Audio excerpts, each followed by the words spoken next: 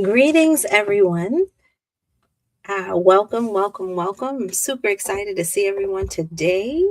Today is the first day of a new month in a new cycle. We're really, really excited to be here with you all. Someone just give me a comment to make sure that you all can hear me.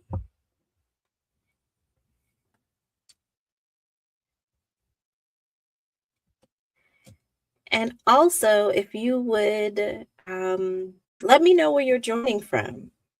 That's also very, very great to know about. So you can pop that in the chat as well. Great. Thank you so much. Thank you for letting me know you can hear.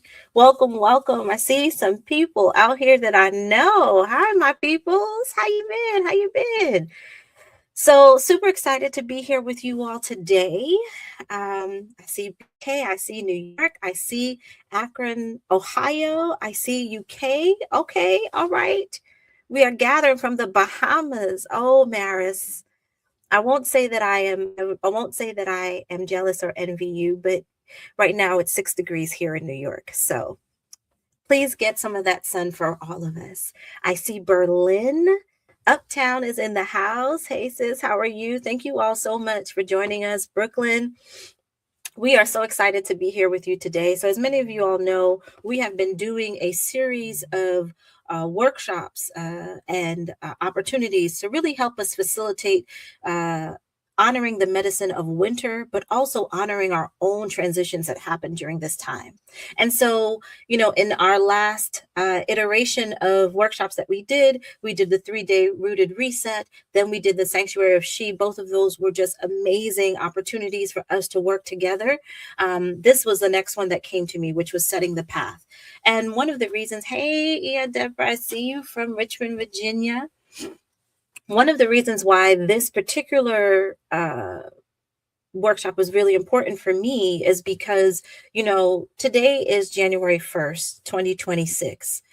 We are walking into a new cycle. We'll talk about the numbers of this cycle, but also that in our own cultures and in our own communities, we celebrate quote unquote New Year very differently. So for me, my new year actually in June. That is when the Yoruba celebrate their new year. However, we do recognize that this shift in the cycle process is important to recognize. And so, what do you do with this information? What do you do with how you plan your way forward for the next 6 months, right? January to June is another amazing vortex of information and time where seasons are changing, and what we're working on is going to manifest based on us understanding how to be in the correct cycle. So set the path, this idea of us aligning with our sacred purpose, of us learning how to listen to our Ori, how to use the numbers and our own life path numbers as an opportunity to tap into the guidance that exists in us so that we can have the next couple of months, may they manifest with ease, right? The opportunity for the things that we're working on to be in alignment. So I'm really excited. And so thank you all for being here with me. If you have gathered your materials, we'll be working through them throughout the day. And then again, if you have questions, pop them in the chat. I'll also make time to read everything that's coming up. And I'm really excited to be here with you all today. So we are going to get started. Just grab my slides real quick. Here they are. So we'll start here, right? Setting the path, aligning with sacred purpose. What does that mean? Why are we here? Why are we doing this today? So this particular session is important. I'm going to change this a little bit so that you all can see the slide a little bigger. This is not about setting resolutions, right? The idea of resolute means that it's completed, right? It's a resolution. You've come to the end. And so one of the things that we want to recognize is that during this period, we have been taught in Western culture that we make resolutions. Well, how are you going to make resolutions at the beginning of a cycle? So this session is not about creating resolutions. It's not about fixing anything that's wrong. It's not about forcing. It is not any pressure to reinvent yourself. It is the opportunity for us to sit with who we are, to find true alignment and figure out and listen to where we need to flow. Right? Many times the noise is so loud that we forget that we have the answers and the answers exist within us. So really excited about this because this is not about setting resolutions. It's not about setting goals. It's not about any of those things. It's about coming to a place of listening. And through that listening, we find alignment. And through that alignment, we're then able to figure out what our next steps should be, or to make some sacred agreements about how we want to move in the next 6 months. So we talked about this when we started talking about the rooted reset, that winter is medicine, Winter in and of itself, to experience winter is medicine, because winter and the cycle of winter helps us to understand how to slow down. It helps us to understand how to create the opportunity for sacred rest. Everything around us, if you're living in an area that has multiple seasons or 4 or 5 seasons, even if it only has rainy season and dry season, those seasons tell us what we should be doing, because the entire ecosystem is also doing the same thing. So, winter, its medicine talks about listening before acting, right? This opportunity for us to slow ourselves all the way down and not feel pressure to make moves or to make decisions, because this is the time where we're asked to actually move slowly, that our resources during this time are minimal. And so what we have to do is that we have to take a moment to listen, to understand where we're putting those resources, because we don't have a lot of it, right? That rest is the best thing that you can do this time. I don't know about everybody else, but and I typically take naps and schedule them in my day, but this particular season, specifically after the solstice happened, I need like 3 naps every day. It's not even funny. I will finish one thing and then I'll feel like, oh my God, I gotta go to bed. And then I'll do another thing and oh my God, I gotta go to bed. I gotta lay down. I gotta go horizontal. Part of that is because rest is the one action that our body has that helps with integration. You're trying something new, you're experiencing something different. Your body wants to lock in information. It is through rest that that information gets locked in. So many times during the season, we'll be feeling tired and we want to force ourselves to keep going. And these are the moments that you should allow yourself the grace to rest. Go lay down, take a step away from the computer, say, okay, this may take me a little bit longer to get done, because this is actually the medicine of winter. The other piece about winter is that it asks us to align before beginning. There is this space, they call it the liminal space, that happens between the solstice and the time when the light returns, where you're kind of in this space where lots of portals are open, and it's still open right now. And so you'll feel like some things don't align and you just be like, no. And you may not even understand why, but part of it is that you're possibly hypersensitive right now to what feels good and what doesn't feel good. And part of that is because the body is using different ways to kind of figure out what's aligning for you right now. And so taking a moment to really sit in that and be okay with no being a full and complete sentence, because sometimes that is where we're aligned. That right now, there is nothing that we have to do. That everything that we're doing is what we choose to do because of the resources that we have and because of the rhythm that we're trying to make during the season. So, one of the things that's also really important to realize is that winter puts us into this kind of ancestral timekeeping rhythm.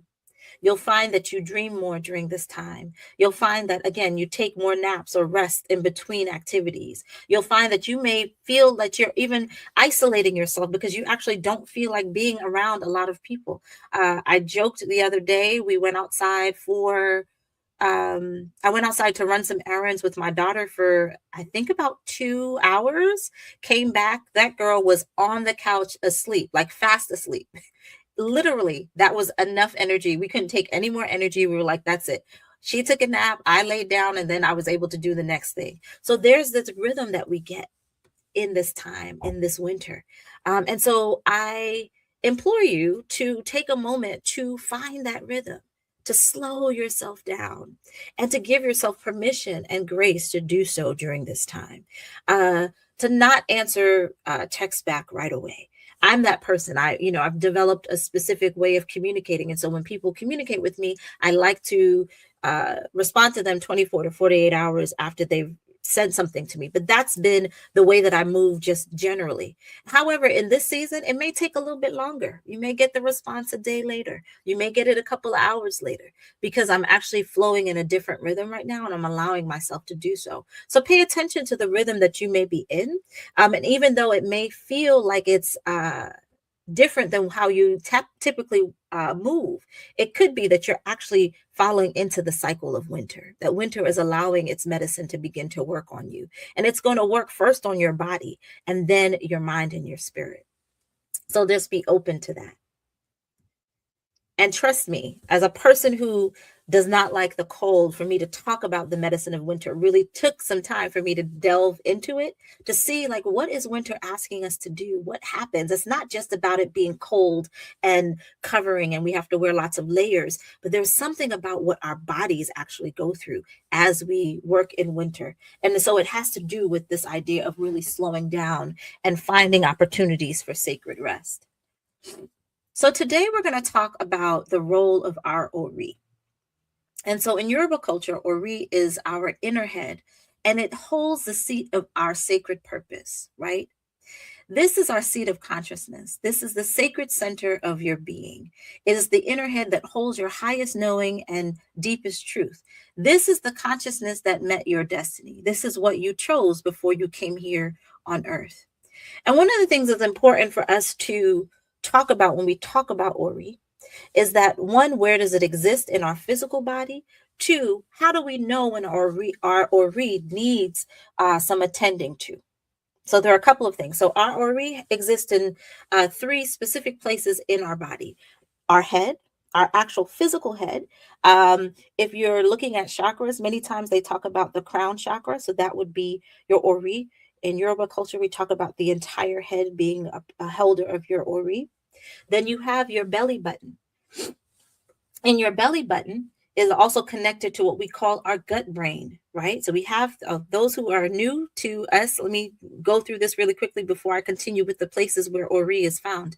So we have three brains. We have our logical brain, which is our where all of our information is stored, how we understand and go through life, what we are, our memories, our long-term and short-term memories. All of that is logged in our logic brain. It is our logic brain that helps us to bring up memories or to understand what we're seeing in the world. It processes colors and lights and feelings and sight and all of those things. That's what's processed through our logic brain. Then we have our heart. Our heart brain is the one that's located in our heart, but our heart brain is also really important because it actually has more electromagnetic feelers than any other place in our body. It's the reason why when you walk into the room, if it's a good vibe, you're like, oh, I could stay here. And if it's a bad vibe, you're like, I don't really like this. It is our heart that is always telling the logic brain and the stomach brain what's going on, right? It's one of the reasons why if someone experiences heartache or heartbreak, what happens? Not just they are experiencing a huge emotional load that's happening to them, but they also can experience an actual heart attack, right? Because those emotions will ride so heavily that the physical heart will also feel it as well. So we have our logic brain as one, we have our heart brain as two, and our third brain is our stomach. It sits in our stomach. It is the place of our intuition. Is the place where many times when the seasons change, you may feel like, oh my goodness, I want to fast. I want to clean my gut. Yes, because our intuition sits there. It is a place of our will, right? Your solar plexus is also located there. So the things that you want to do in your life, the things that you have been called to do, the person who you are sits in that place. And so those are the three places in which we have our brains. And these brains can work together. Many times, if we experience dis-ease or disease, one of these brains will kick in more than the other. Right? So when we've experienced heartache, many times our logic brain will work, but then we'll stop forgetting to think with our heart. Right. And so sometimes we'll be thinking with our heart, but we're not using our intuition because we may have made a decision and that intuition is like, oh, I don't really trust you. And so you've severed the trust that you have in yourself. And so you don't listen to your inner voice. So throughout the time that we're working in the seasons, it is a great time to realign these different brains as well, to think about, am I only thinking with my head? Has something happened with my heart why I'm not dropping into my heart? Am I only thinking with my heart? Is there a reason why I'm not following what my intuition has told me to do? These are the times where we are able to kind of clear out the muck and figure out what we need to do to support those brains. So any questions? If you have some, pop them into the chat. I'm going to give a breather before we continue.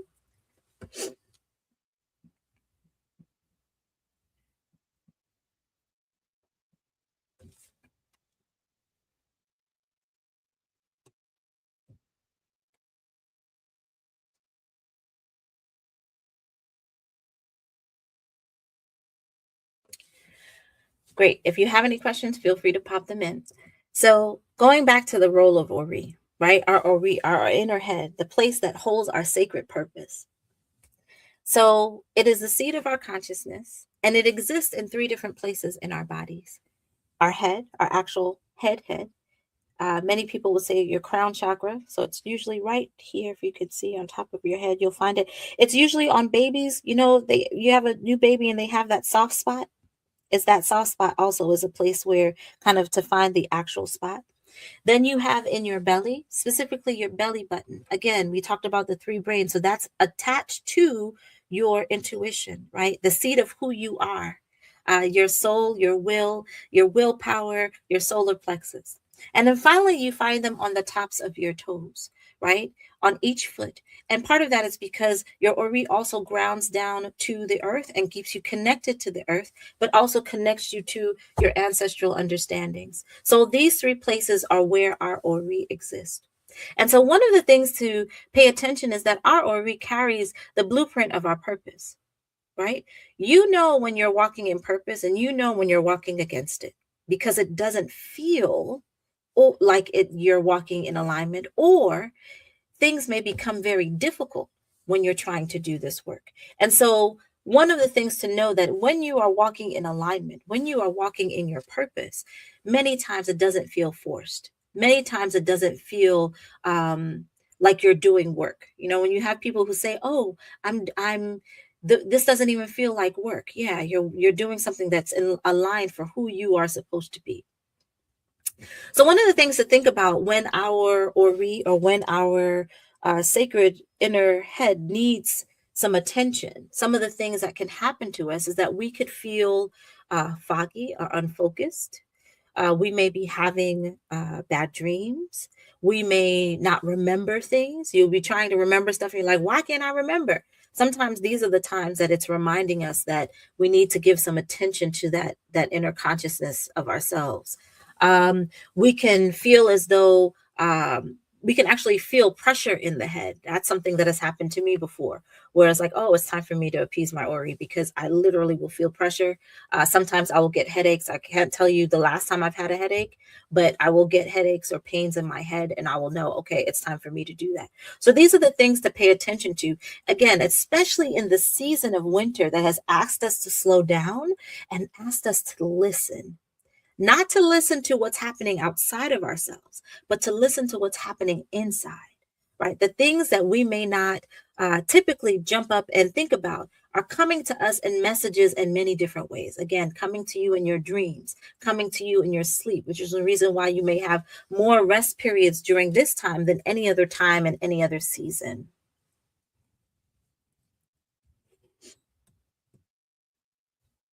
So, we're going to talk a little bit about what it means for 2025, which was a universal 9 year to be completed, right?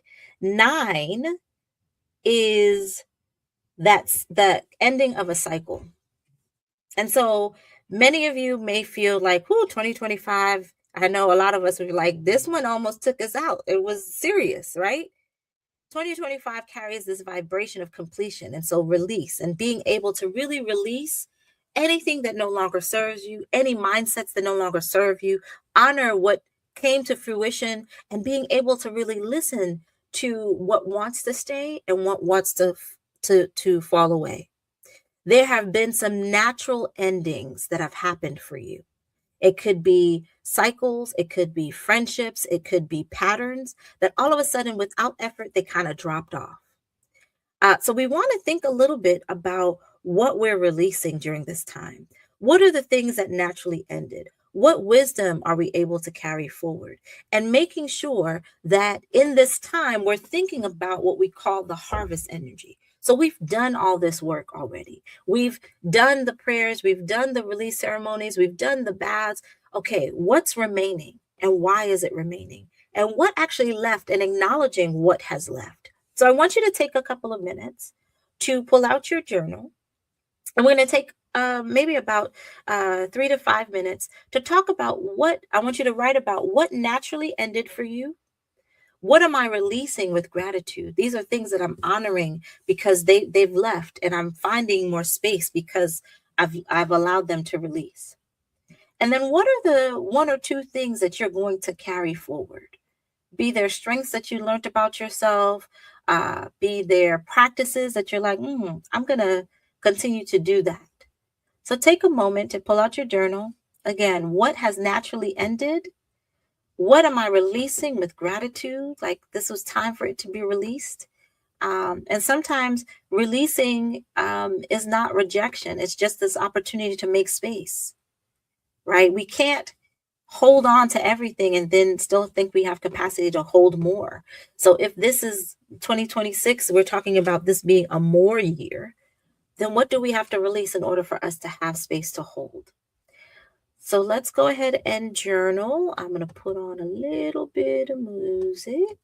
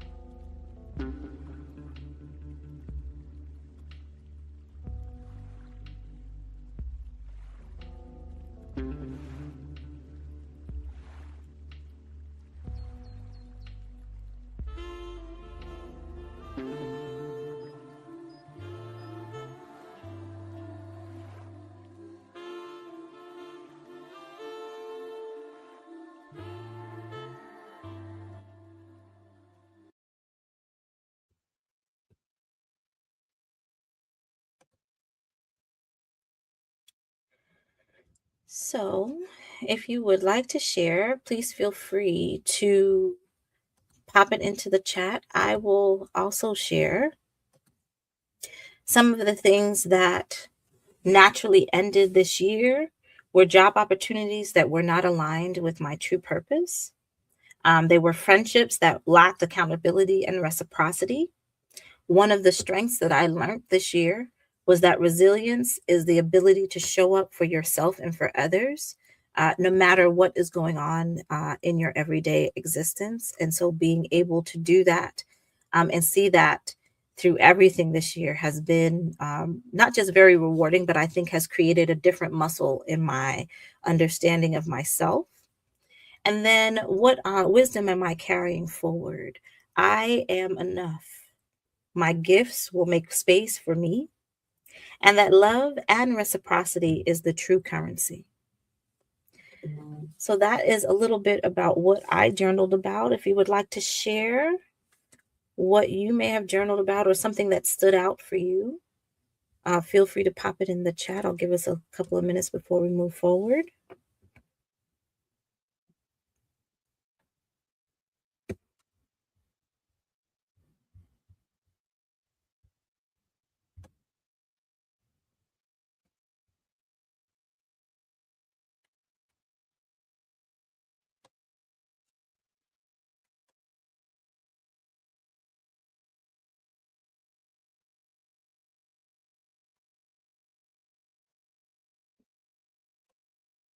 Say, Deborah says, naturally released from a job, let go of a relationship. Wisdom going forward is to practice self care in 2026 and beyond. Ashe. Beautiful. Thank you for sharing.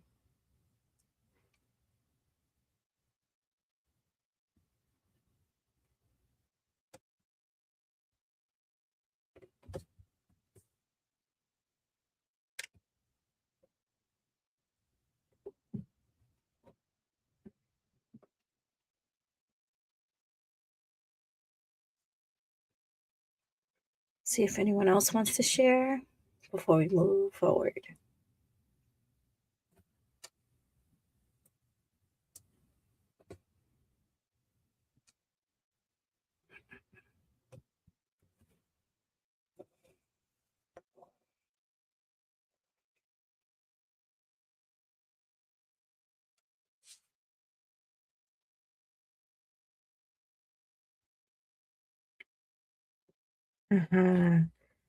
Mara shared that she released my attachment to outcomes and fear of rejection.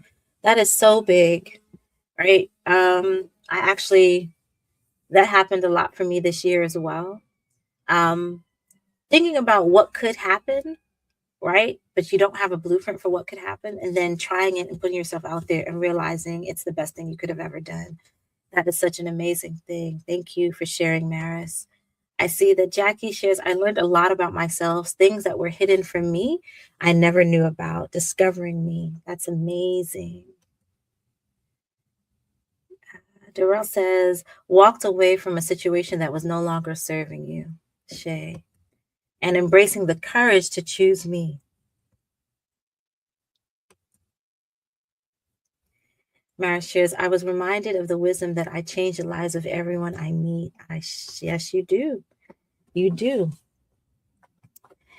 That you are the gift. You are the gift. Natasha shares, what naturally left for me was the attachment to body after death. And the realizing that death is a form of release from the old form into a new form. Ashe, yes, that we live in a society that makes death seem very linear, right? So the body is here, the body is gone. But actually, what we're actually attached to is really the spirit. And the spirit always lives. Matter never dies. So we need to understand how to continue those connections in all of these different forms.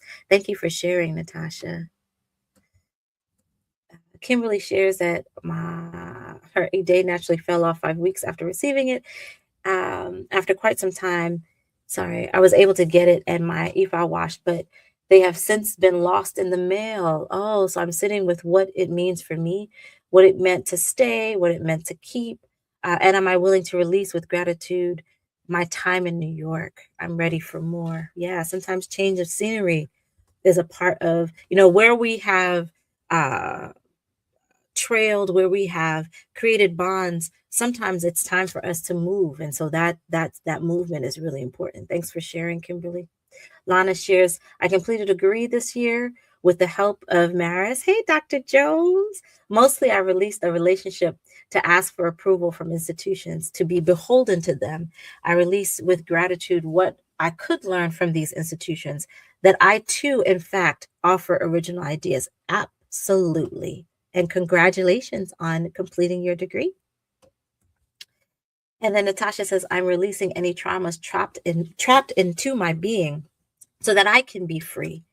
Ashe. The goal is liberation. The goal is walking in alignment. And so all of these things put us into a space that allows not just our minds, but our bodies to have capacity. So I want us to really quickly, before we move into the next section about 2026, to do a quick clearing breath. So everyone take a deep breath in and breathe out. Again, deep breath in and breathe out. Then you're going to try a different type of breath. You're going to breathe out with your mouth twice and breathe in. Out with your mouth and breathe in. Out with your mouth and breathe in. Two more. Out with your mouth and breathe in. Out with your mouth and breathe in. And take another deep breath in and breathe out. Last time, deep breath in and breathe out.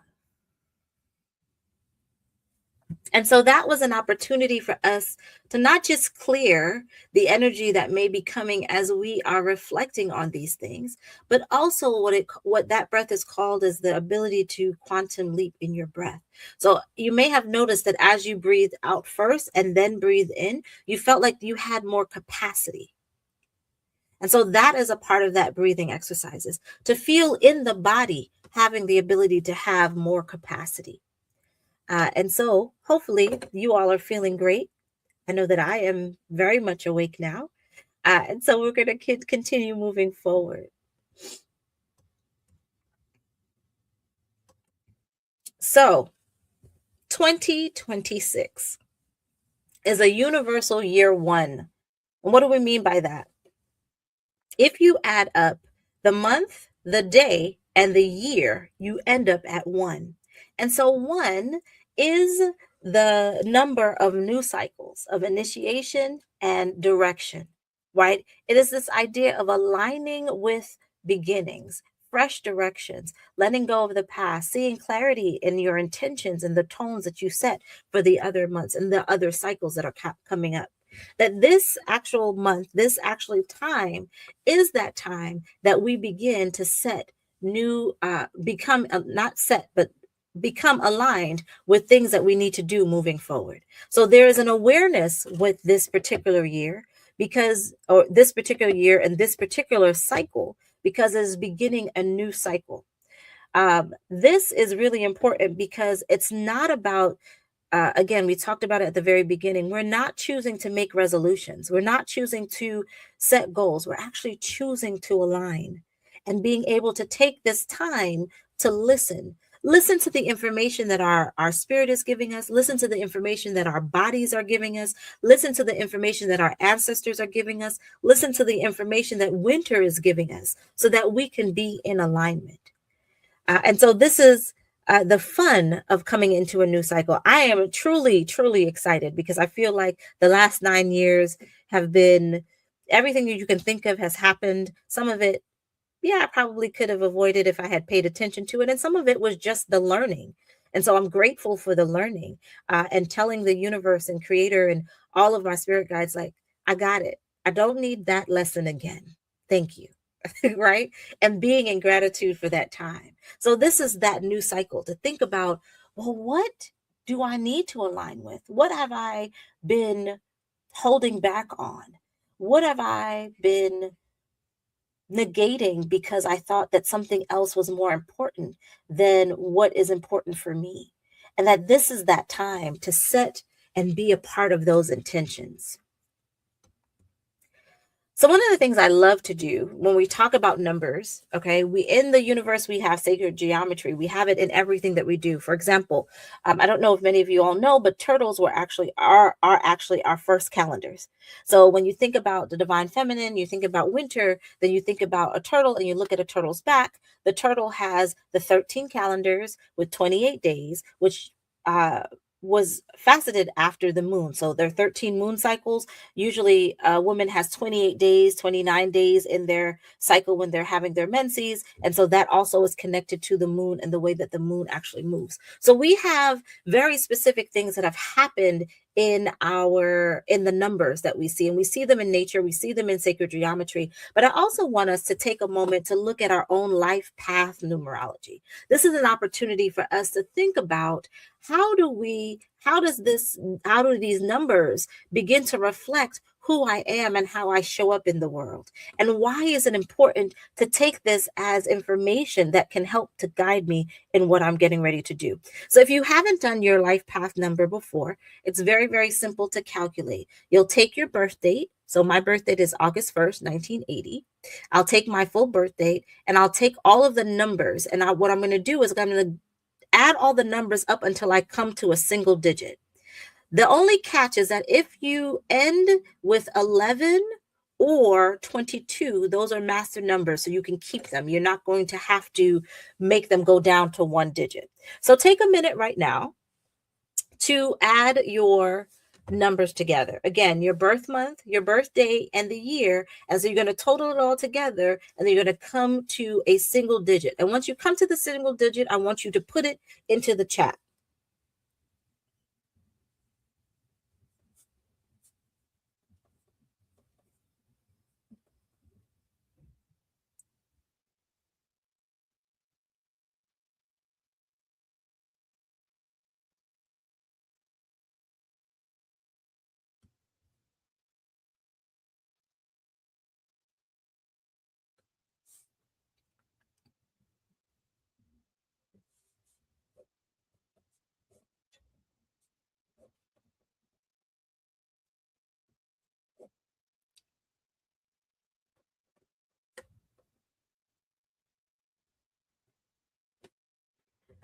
Great. Keep popping them in if you have.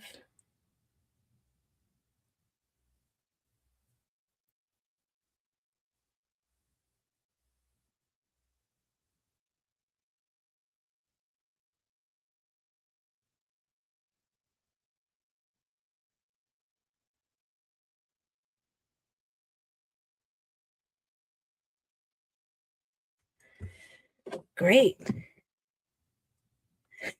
No problem. I know. I have to go back and add mine as well. I am actually a 9. I'm gonna put mine in there too. All right. So if you have found your path number, again, check the math, or there's no reason for us to do it in our head. You can go ahead and use your calculator. It's okay. So once you have done that, you'll see that I'm gonna open this up just a little bit. Let me know if you're able to see this pretty well. So all of the life path numbers are on the far left. So if you're path 1, you're an initiator. Path 2, you're a harmonizer. Path 3, life path 3, you are deal with expression. 4, you're a builder. 5, pathfinder. 6, caretaker. 7, seeker. 8, steward. 9, elder. So I see some folks. I see Mara said she's a 4, so she's a builder, and Auntie Olivia is a 5. She's a pathfinder, and 4 sounds like you very much, Maris. I see Deborah. She said expression. So look at these. So what this chart is telling you is that, one, your number gives you an archetype, right? It tells you who you are and what you do. So for example, mine is 9, elder, completion, compassion. 1 is an initiator, leadership, direction. I see. Okay, so I see TJ, you have 6. 6 is a caretaker, love, service. Mama Afriye, you are an 11, which means if you're an 11, it means that you have a master number. So you're not going to add it. You're going to go down, because master numbers, we don't make them smaller. It means that you're an illuminator. You have vision and inspiration. So I want you to take a moment to look at your life path number and then look at the archetype and tell me if that resonates with you, right? And not only is it the archetype that we're looking at, but I did a little bit more and I brought up a plant ally that's very helpful to you in this season. So for me, mugwort is very helpful because this is the time where not only am I resting, but I'm also dreaming. I'm dreaming a lot. You'll see that for one who is the initiator, ginger is very helpful. And one of the reasons we talked about ginger in the last session that we did is that ginger also helps to warm the body and helps you to initiate. It brings up that internal fire, right? In this time of winter, we need to also realize it's our internal fire that we're trying to cultivate as well. On the far right, you're also going to see your gifts, right? What are your gifts with this life path? Think about it and think about who you are and think about how you show up in the world. Is this a reflection of who you are? These are important because this is information that helps to support the energy of what we want to align with, right? Um, yes, Nicole, you said one, yeah, 10 would be considered one.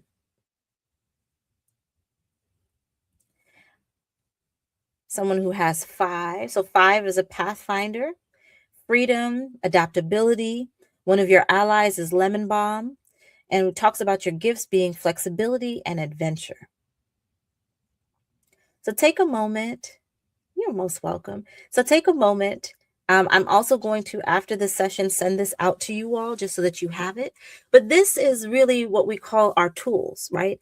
The the life path archetype helps us to kind of understand where we fit into the cosmos, why we do what we do, what we came to do, and how we're doing it in alignment with these different types of archetypes. Then our plant allies gives us the opportunity to use them as a tool to bring some of that archetype out even further.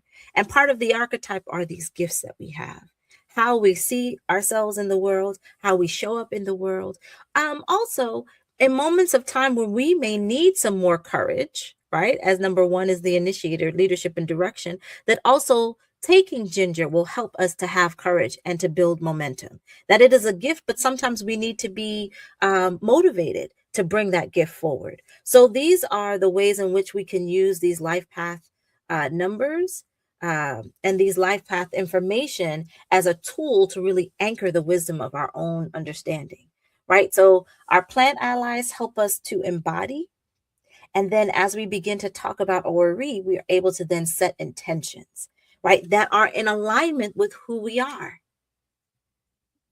We don't want to set intentions that are out of alignment with who we are, because one of the things that's going to happen is then we're going to feel like failures and we're going to feel unsuccessful. And part of that is because we are what? We're forcing. We're not going in alignment with who we are. We're trying to create something that is outside of ourselves. So that's where we want to sit with that today. Any questions or thoughts? Did anything come up for you as you saw your life path number and think about the way in which you have been experiencing life? Does this sound very much like you?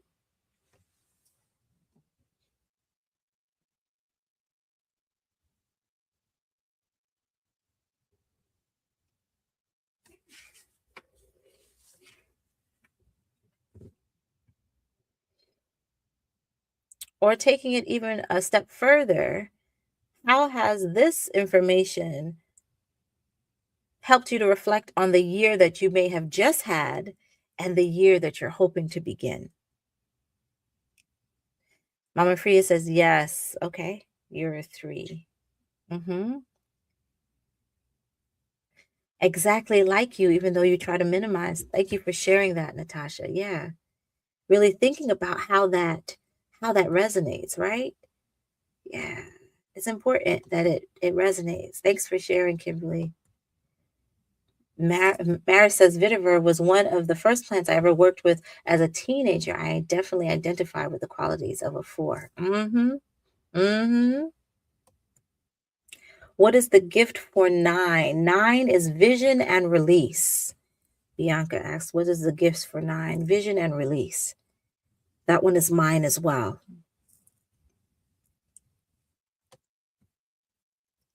Nicole says, yes, speaks to a higher calling that I'm stepping into and recognizing more in the last decade or so. Yep. Yeah, sometimes this process of us recognizing ourselves or relearning ourselves, I think someone said earlier, discovering ourselves, it takes time, right? It takes time and it requires a certain amount of courage for us to walk against the grain for what people say we should be doing versus what we know in our hearts and our minds are really a part of who we are. So, welcome everyone. Welcome everyone to a new cycle. Mama Deborah says these sacred numbers are very important and I continue to learn about them as it relates to my life and my purpose. Absolutely. Absolutely. This is the wisdom that our ancestors have left for us. And in any indigenous culture it exists. So it's not like one is more than the other, but I think that it really is the knowledge that we're coming back to that's going to help us to do this. Lana shares, it took me a minute. I'm a 9. Interesting because I really met mugwort living in the diaspora and living nomadically. Hard to imagine myself as an elder, but it's a beautiful vision. Well, you may be an old soul, and that's part of why you are also nomadic. So sometimes it's not even the cause and the effect, it's actually who you are is also bringing those experiences to you. Nicole says, and I'm obsessed with ginger. It has always been with me and given to me by my mother in some form my entire life. See, it's part of your archetype, which is very interesting. Kimberly says, oh, I have absolutely lived an adventurous life, and being flexible has been an instinct, reflex, and completely necessary.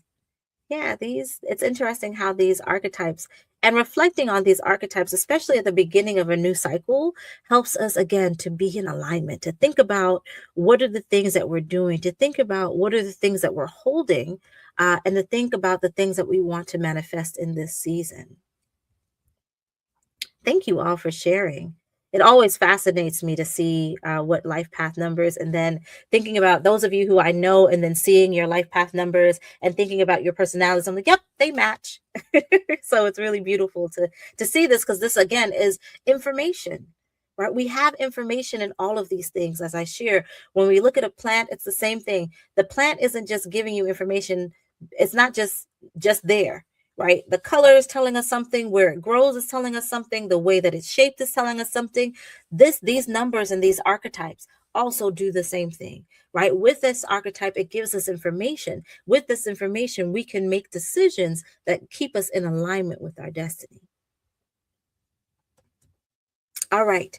So we are going to gather our ritual materials. If you have them, great. If you do not have them yet, I'm giving you a moment to gather now. And so I would ask you to have your bowl of water, your rosemary, either fresh or dried or an oil, any of those work.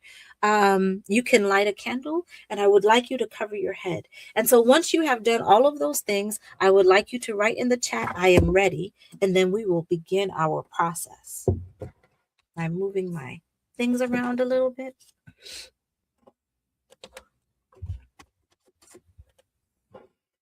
So your bowl of water, your rosemary. If you would like to light a candle during this time, you definitely can. And then you're going to cover your head, and then we will get ready to start.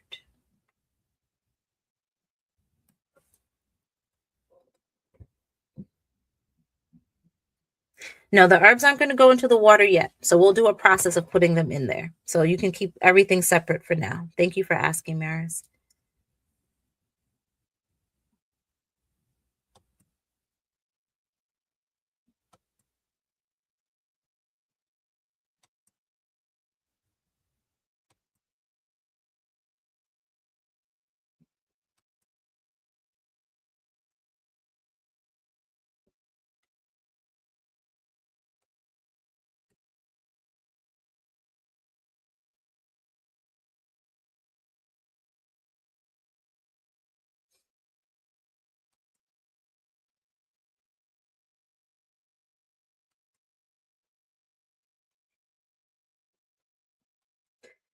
So yes, you can light your candle now.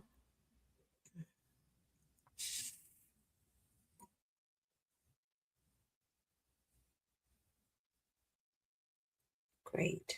So we are going to get started.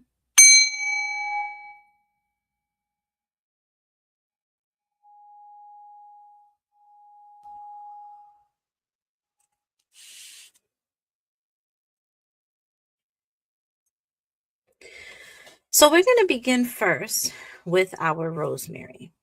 And so no matter how you have your rosemary, if it's dried, if it's fresh, I would like you to I'm gonna remove this.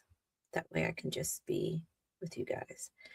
I would like you to grab your rosemary. And so, why is rosemary essential during this time? Why is it the herb of choice? Rosemary brings clarity and also brings remembrance. Rosemary, in and of itself, is around memory, ancestral memory, being able to bring your memory forward. I shared in other sessions that we've been in that many times you'll see the Rastafarians will wear a sprig of rosemary by their ear. And so, rosemary by itself helps us to remember. It helps us access memory that we may not consciously understand, but is sitting at the surface of who we are. And so we use rosemary in this moment to really bring the blessings of clarity and the blessings of remembrance. Because this ritual and these things that we are doing to align are not about us setting intentions, it's about us remembering who we are, right? And what's being called in this moment in time for us to move forward with. So you're going to take a moment to take your rosemary. Today I have mine in dried form. And if you have an oil, that's totally fine as well. You can use the oil. But you're going to put some of the rosemary in your left hand. You're going to take a moment to just take a deep breath in and let the aroma of the rosemary sink into your spirit. Again, take another deep breath in and release. Ooh. And so take a moment to touch the rosemary to your head, touch it to your heart. You can take a moment to just pray. Say words of affirmations that you want Rosemary to help you with in this period. Understanding that the plants are our tools to help us to embody what we're working on at this moment.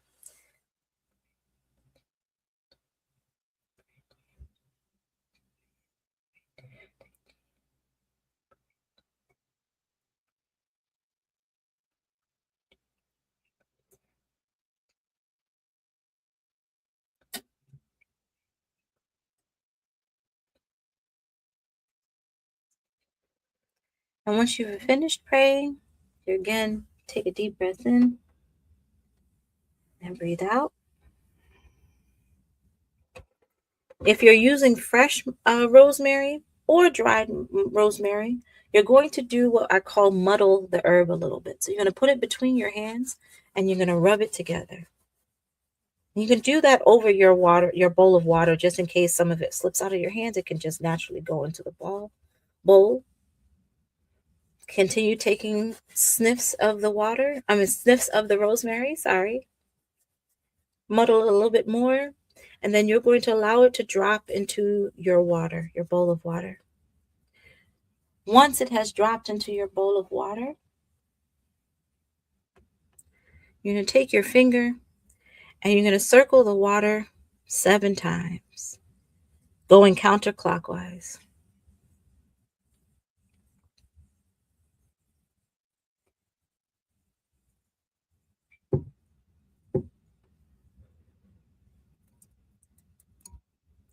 And as many of you know, we talk about water having memory and water holding this information. So now you've prayed to the rosemary, and the rosemary has now found its space with the water. And so both of them are holding your prayers.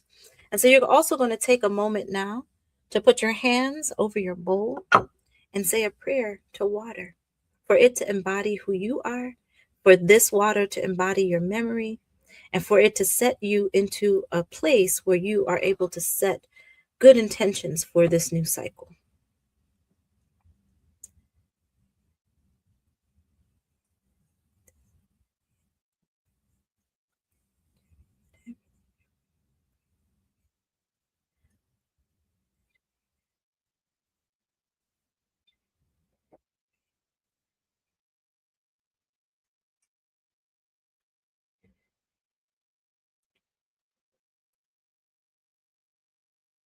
And remember to take deep breaths in so that the aroma and the essential oil of the rosemary also embodies your olfactory, on an olfactory level.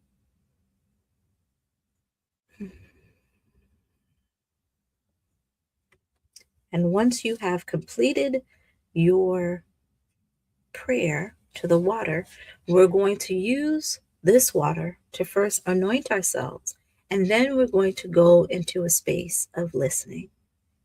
So take a moment to put your hands in the water, dip your hands in the rosemary water, and at your third eye, you're going to pray for clarity and vision. Take a moment to pray for clarity and vision.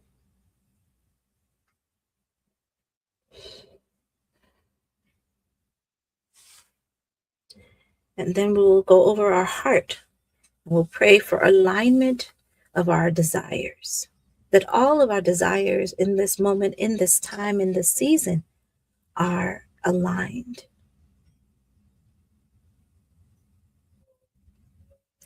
And then you will go to your belly button and you say that I am aligning with or asking for clarity for my will and my creative center.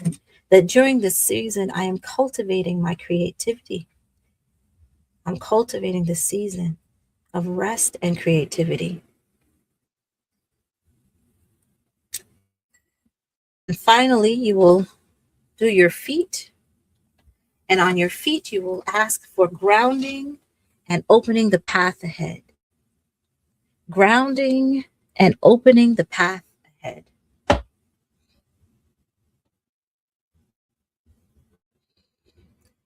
And take a deep breath in and breathe out. Deep breath in and breathe out. Deep breath in and breathe out. And so now I want you to take a moment to focus your gaze into your water.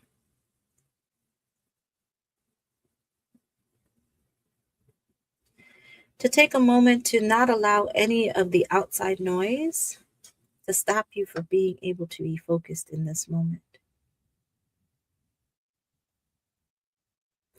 And you're going to put your hands on your ori and take a deep breath in and breathe out. And in this moment, I want you to just listen for what your ori wants you to remember in this moment. What does my ori want me to remember? You can say that question to yourself. What does my ori want me to remember? And allow for it to download to you. Do not put any questions or thoughts to it. Just allow it to flow and to listen. What does my ori want me to remember?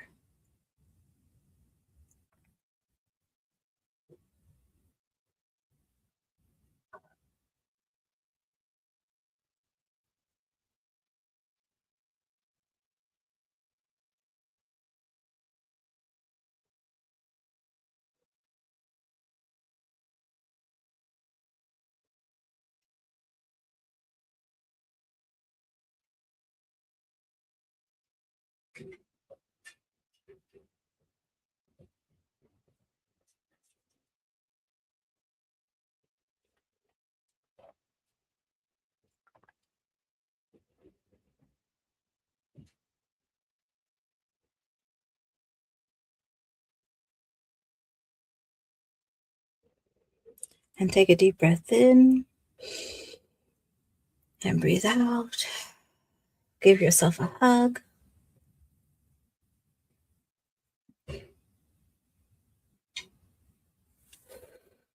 We have one more question to ask before we sit and journal.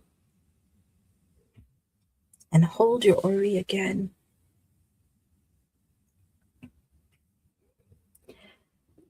And ask your Ori,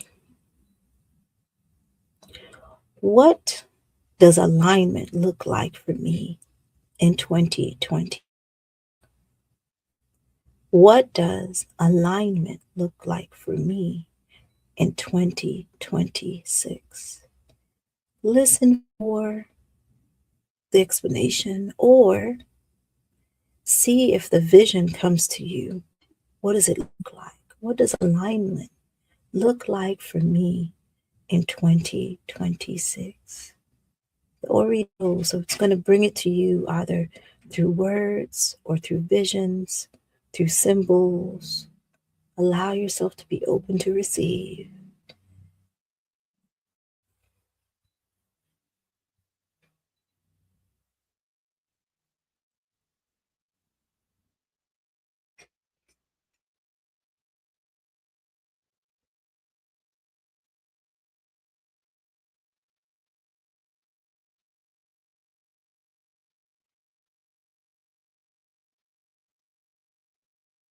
Take a deep breath in and breathe out. Give yourself another hug.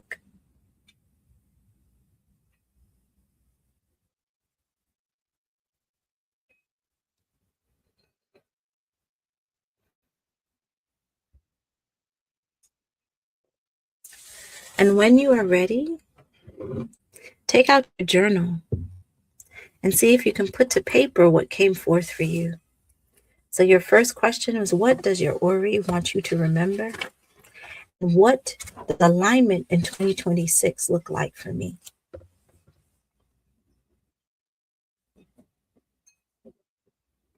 We'll write for about 5 minutes before we close our ritual.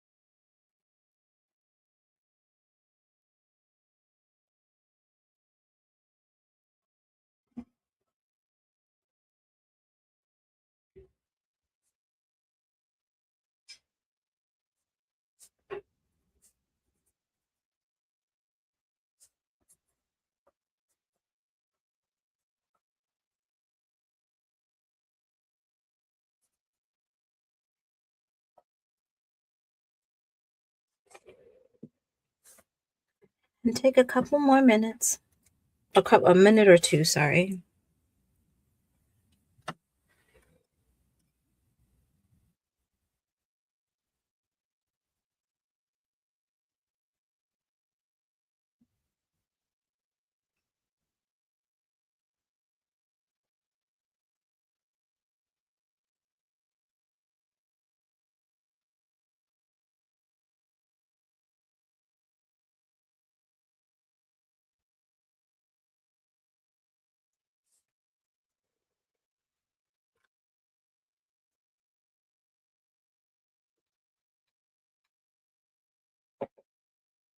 Definitely.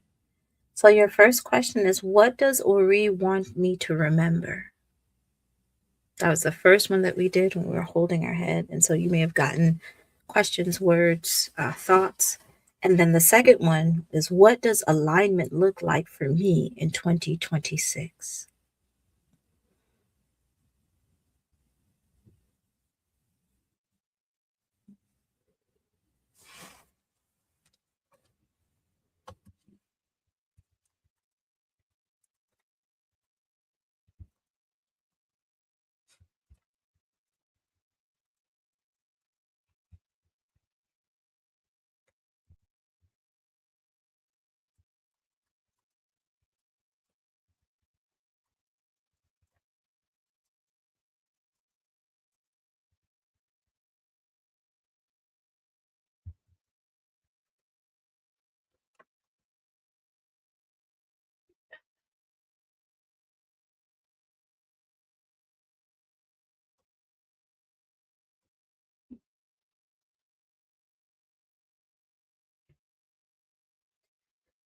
And so, for those of you who have finished and want to share, feel free to share so in the chat, either what has come up for you, or if you're looking at these two questions, what's evident about how they connect to each other? So, I will say for me, one of the things that my Ori wants me to remember is that my greatness to continue to strive for excellence is also what I've been called to do, which is to help others.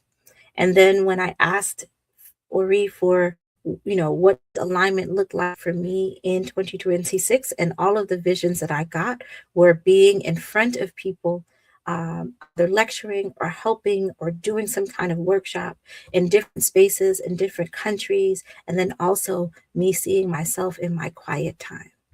So for me, as I go back and I look at what is on the page, I realize that they both actually very much align, and that Marie is telling me some of the things that I need to make sure that I'm being intentional with this in this cycle. Anyone else?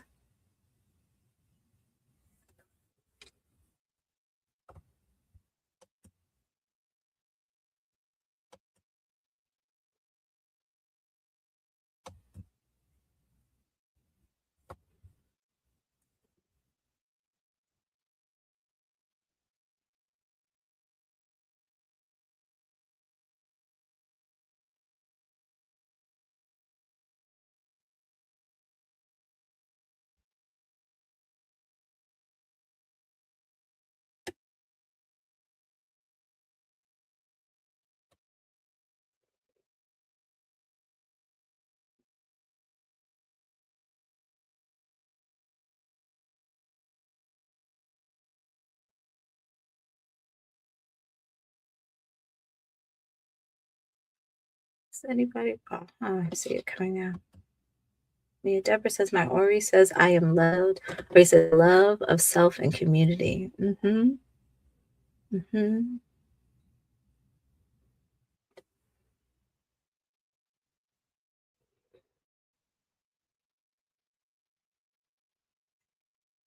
Good. Anyone else?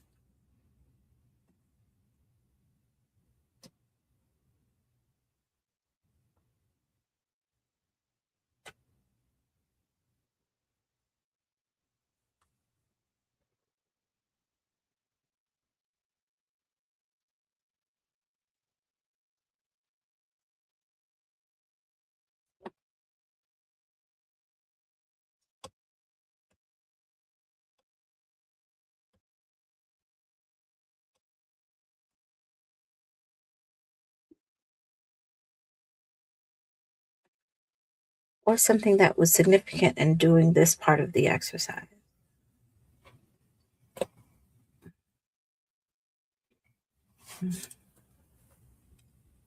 Kimberly shares, I heard you are who you are because we are who we are. You are a gift, and a gift will keep on giving.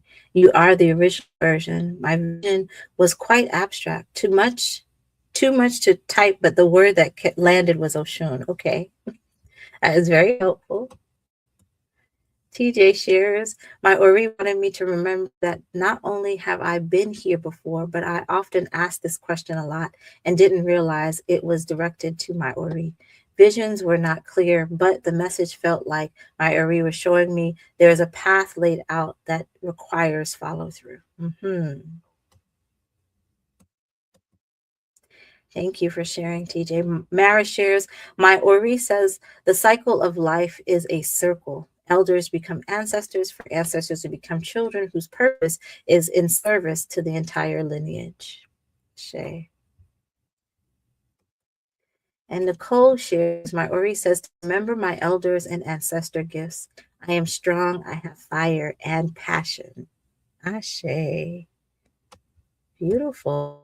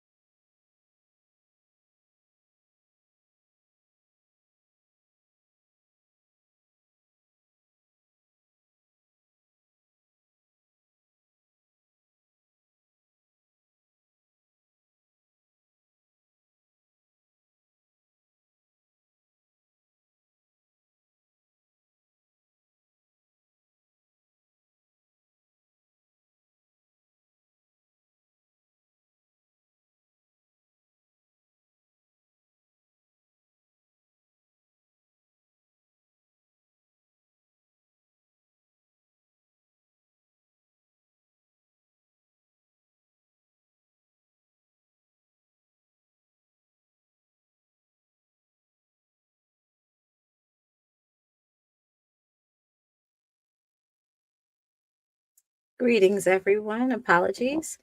Computer uh, felt all of that energy and decided no longer to work. You all can hear me now?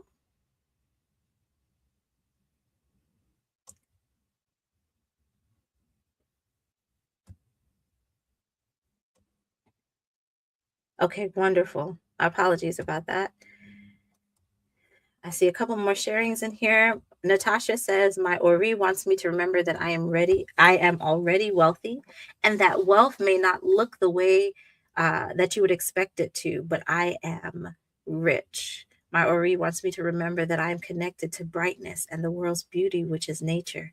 This, for me, is pure alignment, and the Almighty gave it to humanity to enjoy, heal, and take care of. So, in a way, the two are interconnected for me, which actually makes not only myself wealthy, but also humanity. Absolutely. Thank you for sharing, Natasha. Nicole shared that alignment looks like spaciousness, being seen, a big smile, different types of work within an irregular schedule. I like that. I like that.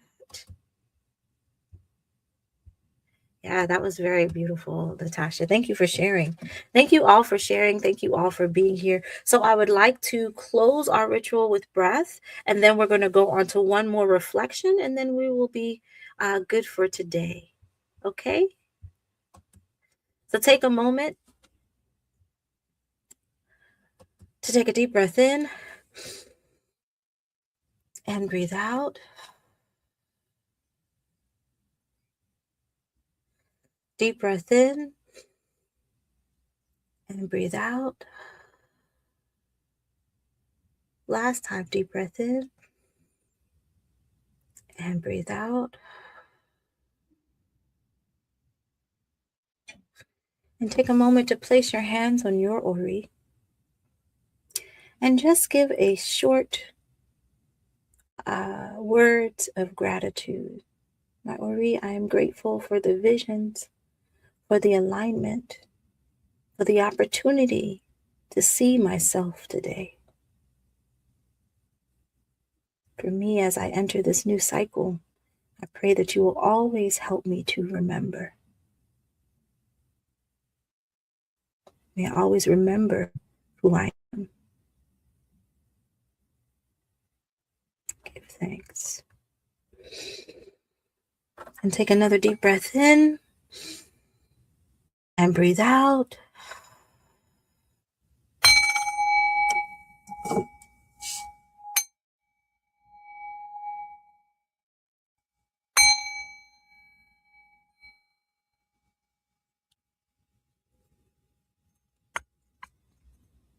Beautiful. Beautiful. How are we feeling out there?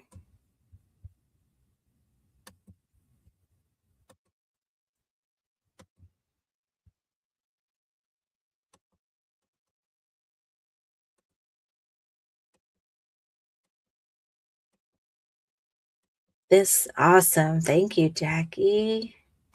I tell you what, this rosemary in this water. So for the rest of the day, you can keep the rosemary in the water and put it someplace where it will constantly, you can smell it. You also can take this water. Something that I love to do with rosemary is I will take the water that we just, we blessed and we talked about and we've been working with, throw it into a spray bottle, and then I would carry it with me. And then anytime I need this kind of pick me up, I will go ahead and spray it. So those are different ways that you can use this water, because we've already imbued it with our energies, and so we're able to like really move this forward. So that is how you can continue to use it. And someone just typed, "Oh, we got two." I love it when we're on these calls and we hit the time. It's beautiful. Wonderful. Natasha says, I'm feeling blessed and very present. Okay, we're not finished yet. We're not done yet. We have one more activity, guys. Not a big one. Yes, TJ, that is a really great question. So Maris talks about that she feels grateful to be here. It's wonderful. TJ, you asked a question about reconnecting with your Ori. Just hold that question for me, because when I talk about some of the tools that you can use for this year, we'll talk about an actual Ori appeasement and alignment, what that looks like. Lana shares that she feels grounded. Ashe. Thank you all so much for being here. I always feel honored to be in spaces like this. Also, sharing this really powerful change of cycle time with you all.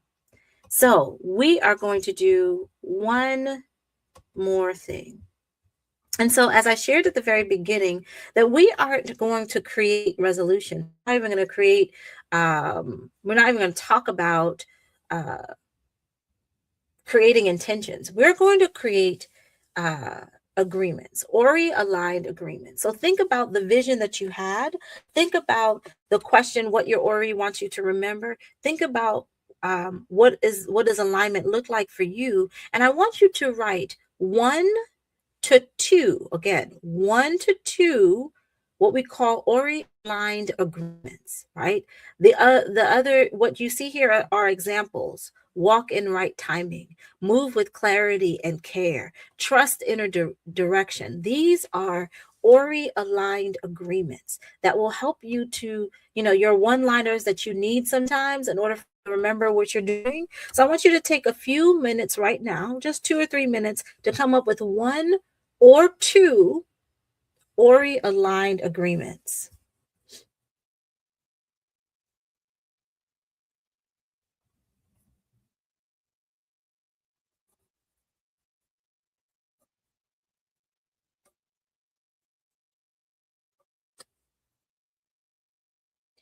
And as you can see, there are short statements.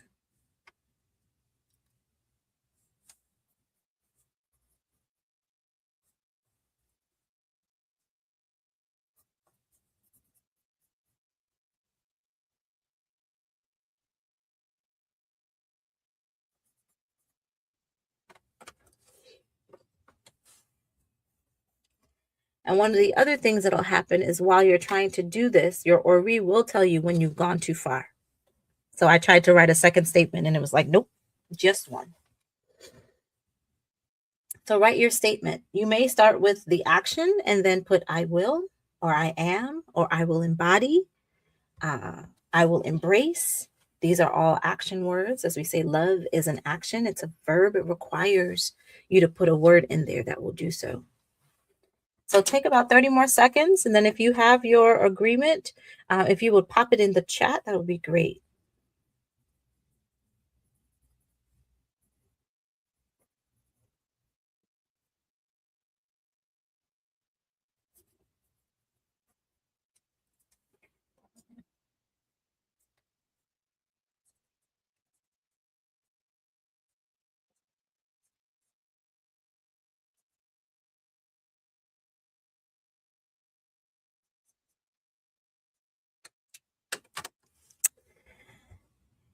Mama Freya says, I will embody grace. I'll write mine too.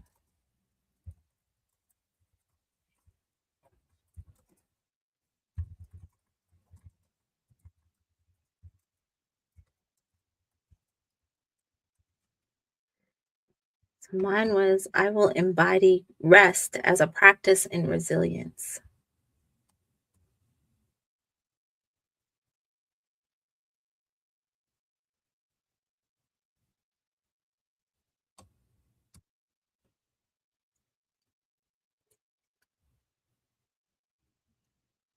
Let's get a couple more in here.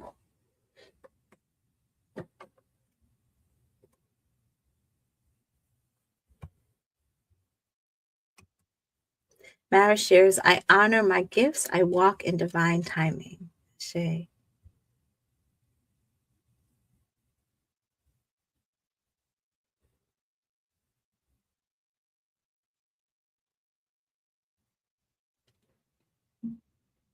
I will cultivate change.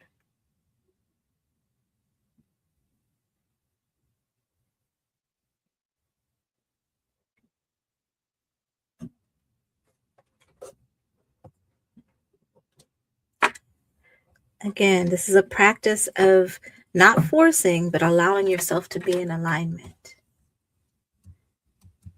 Kimberly says, I welcome my inner knowing and divine guidance. Auntie Olivia says, intentionally move with love, seeking understanding first. Yes. Mama Deborah says, I will embody rest as a means to replenish my energy and soul. Natasha shares, I listen before taking action. Nicole says, give thanks to Ori daily, pause before reacting or responding, practice active listening, center the needs of my body. Yes. Yes. So take these agreements. This is another challenge I have for you all. Take these agreements, put it on a Post-it, write it on a Post-it, and put it on your mirror in your bathroom. Because when you brush your teeth, you're going to see it every day until you're ready to create another agreement. Lana says, I trust my ideas. I will learn to ground my intuition with wisdom, and I rest as part of all of my practices. Yes, this is the season of rest. So please make sure that you are incorporating rest in all that you do. Any others?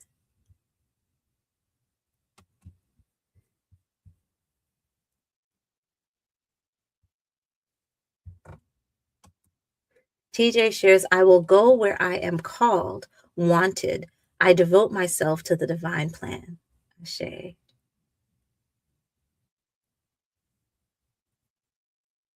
Ashe.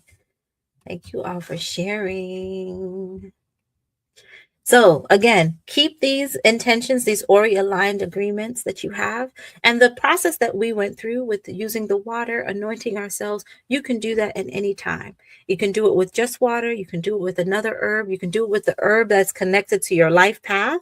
You see how these tools, right? You get a little deeper every time because you're able to connect all these pieces together. So you can do it again, and maybe in a month, or so, you may feel like it's time for me to check in with my Ori again. And this is a way that you can do so for yourself and to see what kind of agreement comes out and how that will then uh,